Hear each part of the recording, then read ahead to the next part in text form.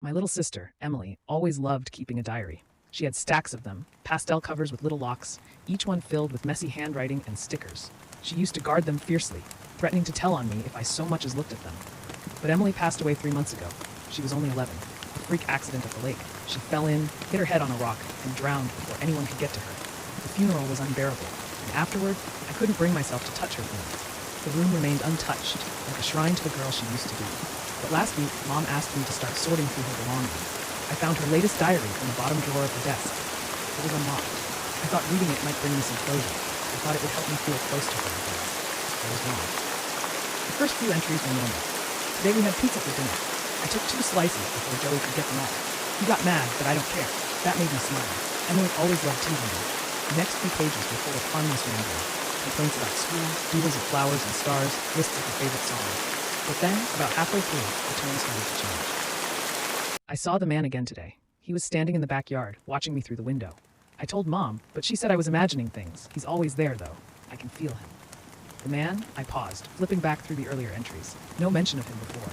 Maybe it was just Emily's overactive imagination. She'd always been a little jumpy, a little too eager to believe in monsters under the bed. I kept reading. The man came closer last night. He tapped on my window. He didn't say anything, just smiled at me. His teeth are so big, I wanted to scream, but I was too scared. I felt a chill run down my spine. Emily's handwriting got messier with each entry, the words more frantic. He comes inside now. He stands at the foot of my bed while I pretend to sleep. He whispers my name. He says he's waiting. Waiting for what? I flipped to the last few pages, my heart pounding. Joey doesn't see him. No one does. He told me not to tell. He said they wouldn't believe me. He said I belonged to him now. I stopped reading. My hands were shaking. This had to be some kind of prank, a made-up story Emily wrote to scare me. But the way she described it, the fear in her words, it felt real. Too real. That night, I couldn't stop thinking about the diary. I couldn't shake the image of Emily, lying in bed, too terrified to scream while some stranger stood over her. I barely slept. When I finally drifted off, I dreamed about her.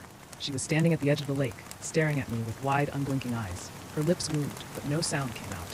When I woke up, I was drenched in sweat, and there was mud on my shoes. I told myself it was nothing. Maybe I'd gone outside to clear my head and didn't remember. But the next day, I found a page from Emily's diary lying on my desk.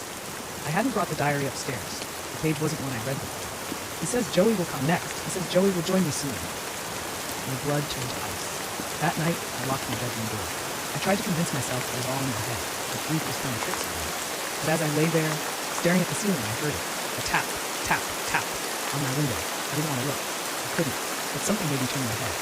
He was there. A man, tall and thin, his face pale and stretched like wax. He smiled at me, baring rows of jagged teeth, and pressed a single finger to his lips. I couldn't move. I couldn't breathe. When I woke up, it was morning. The window was locked, no sign of anyone outside. I almost convinced myself it was a dream, until I went downstairs and found another page from Emily's diary on the kitchen table. He says it's time. He says Joey belongs to him now. I haven't slept since. I haven't left the house. I keep hearing taps at the windows, whispers in the dark. Last night, I found muddy footprints leading from the lake to my bedroom door. I think I understand now.